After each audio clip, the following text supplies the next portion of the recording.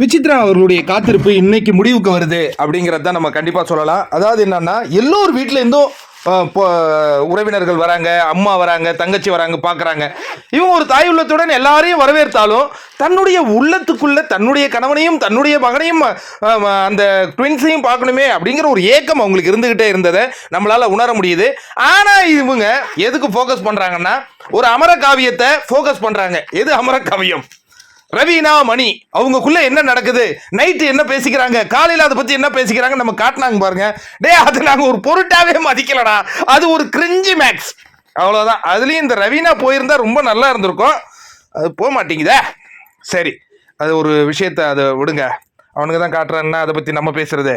சரவண விக்ரம் இந்த காக்ரோச் எல்லாம் அடிச்சு விரட்ட வேண்டிய நேரம் வந்துடுச்சுன்னு சொன்னாங்கல்ல இவங்க மாயாக்கா. அதை அந்த தங்கச்சி சொல்லிட்டு போயிடுச்சு போல இருக்கு அவங்க கிட்டேயே. அது என்ன, இந்த இந்த அந்த பொண்ணுக்கு ஒரு மெச்சூரிட்டி இல்லை, ஒன்றும் இல்லை. இனி இவனை நம்ம கேங்ல சேர்க்காத, அவுத்து விட்டு போறீமா? அவன் அவங்க சொன்னதை பத்தி ஏதாவது அவங்க ரியலைஸ் பண்ணி ஏதாவது அவன் முன்னேறிட்டு. இல்லை இல்லை இல்லை இல்லை, இனி அந்த பையன் நம்ம கேங்ல நாட் மெம்பர். இந்த மாயாவை யார் ஒருத்தவங்க எதிர்த்து பேசினாங்களோ அவங்களுக்கு தண்டனை என்னன்னு தெரியாத பூர்ணிமா? உனக்கு தெரியும் மாயா, அவன் துரோகி, அவனை கழட்டி விடுங்க. இப்போ அவன் எவிக்ட் ஆயிட்டான்னா சந்தோஷப்படுவேன் இந்த மாயா. அவன் எவிக்ட் ஆனதுக்கு காரணமே இந்த மாயா தான். அதில் இவங்க சந்தோஷப்படுவாங்களாம். அவன் பாவங்க. நான் அப்புறமா அந்த எவிக்ஷன் வீடியோவில் போடுறேன். இது சரவண விக்ரம் எவிக்ட். இப்போ என்னன்னா, அதுக்கு அடுத்தது காட்டுறாங்க ஒவ்வொரு ஃபேமிலியாக உள்ள வரும் நிகழ்வு.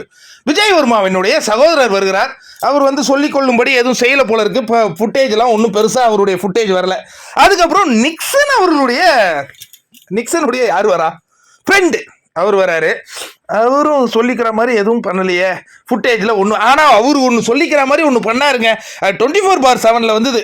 இந்த கள்ளிப்பால் விஷயம் நீ பேசுன இல்லைனா தம்பி? ஆமாம் ஆமாம்மாண்ணே, நான் அந்த மாதிரி ஒரு விஷயமும் பேசுனது இல்லையே. இல்லை பேசினேன், அது அர்ச்சனாவை பார்த்து நீ பேசலை, ரவீனாவை தாண்டா சும்மா ஃபன்னாக பேசினேன். ஒன்று ரவீனா என்ன பார்த்து பேசினானா? நான் அதெல்லாம் பெருசாக எடுத்துக்கவே மாட்டேனே. ஆனால் அருணாக்கு தெரிஞ்சதுன்னு சொன்னால் மட்டும் ரெட் கார்டு காட்டும். ரவீனா குழந்தைக்கு எதுவும் தெரியாதுப்பா, பாலகம், அதை நம்ம அதுமாரி தான் வளர்க்கணும். சரி, அதுக்கு அடுத்தது என்ன, இந்த கேங்கு அவர் ப்ரொடெக்ட் பண்ணிச்சான். ஆமாம்ப்பா, நிக்சனுடைய ஃப்ரெண்டு கேங்கு இவ்வளோ நாள் சரவண விக்ரம காப்பாற்றிக்கிட்டு இருந்திருக்கு, இன்னைக்கு ரிலீஸ் பண்ணிடுச்சு. மொத்தமாக இனி நிக்சனை காப்பாற்றும், நீ நல்லா அந்த கேங்கு காப்பாற்றும். சரி, இதுங்க என்ன நினைக்குதுங்க, ஓட்டு போடுறது மக்கள், இன்னமும் இவங்க காப்பாற்றுறேன்னு தற்பெருமை அடிச்சுக்கிட்டு. சரி விடுங்க. அதுக்கு அடுத்தது பெரிதும் எதிர்பார்க்கப்பட்ட அந்த நிகழ்வு நடக்குதுங்க. விசித்ராவை ஃப்ரீஸ் பண்றாரு பிக் பாஸ்.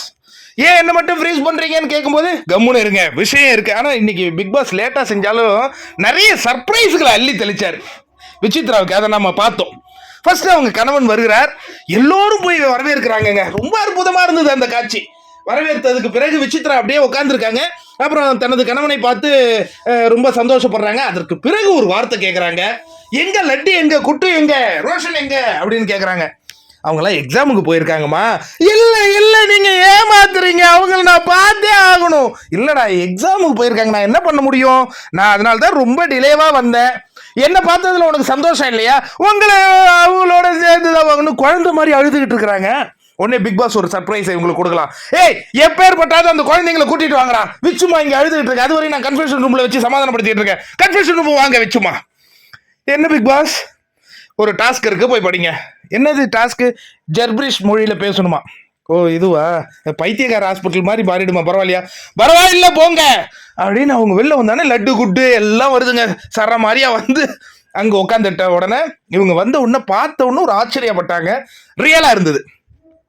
அதுக்கு பிறகு எக்ஸாம்ஸ் எப்படி போகுது, எப்படி மீசை வளர்ந்துருக்குன்னு இந்த கேம் பத்தி இந்த டாக்ஸிக்கா பேசிக்கிட்டு இருந்தாங்களே சில ஹவுஸ்மேட்ஸ், வன்மம் இதெல்லாம் எதுவும் இல்லாத ரொம்ப ரியாலிட்டியா பேசிக்கொண்டு இருந்தோம். அந்த காட்சிகளை ஒரு புறம் பார்த்துக்கிட்டு இருந்தோம்.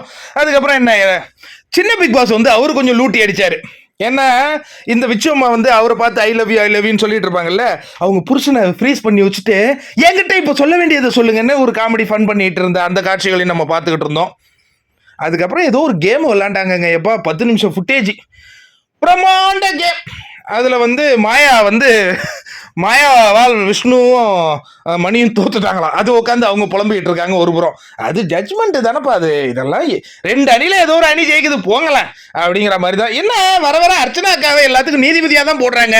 அக்கா களை இறங்கி ரொம்ப நாள் ஆகுற மாதிரி தெரியுது. ஏண்டாடே எங்க அக்காவை ஷேடோ பண்ணிட்டீங்களடா, இப்பெல்லாம் வரதே இல்லடா ஃபுட்டேஜ்ல, பாவம்.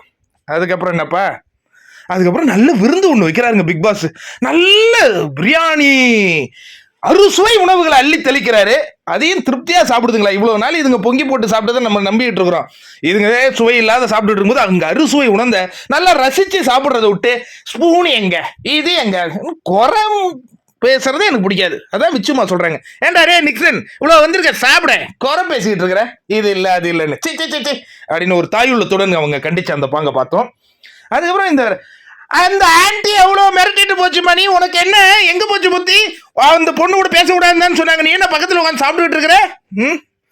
சரி பயப்படாத மணி, அந்த ஆன்டி ப்ரூட்டல் பண்ணிட்டு போனா உனக்கு இமேஜ் இன்க்ரீஸ் ஆகி போச்சு, வெளில வந்து பாரு.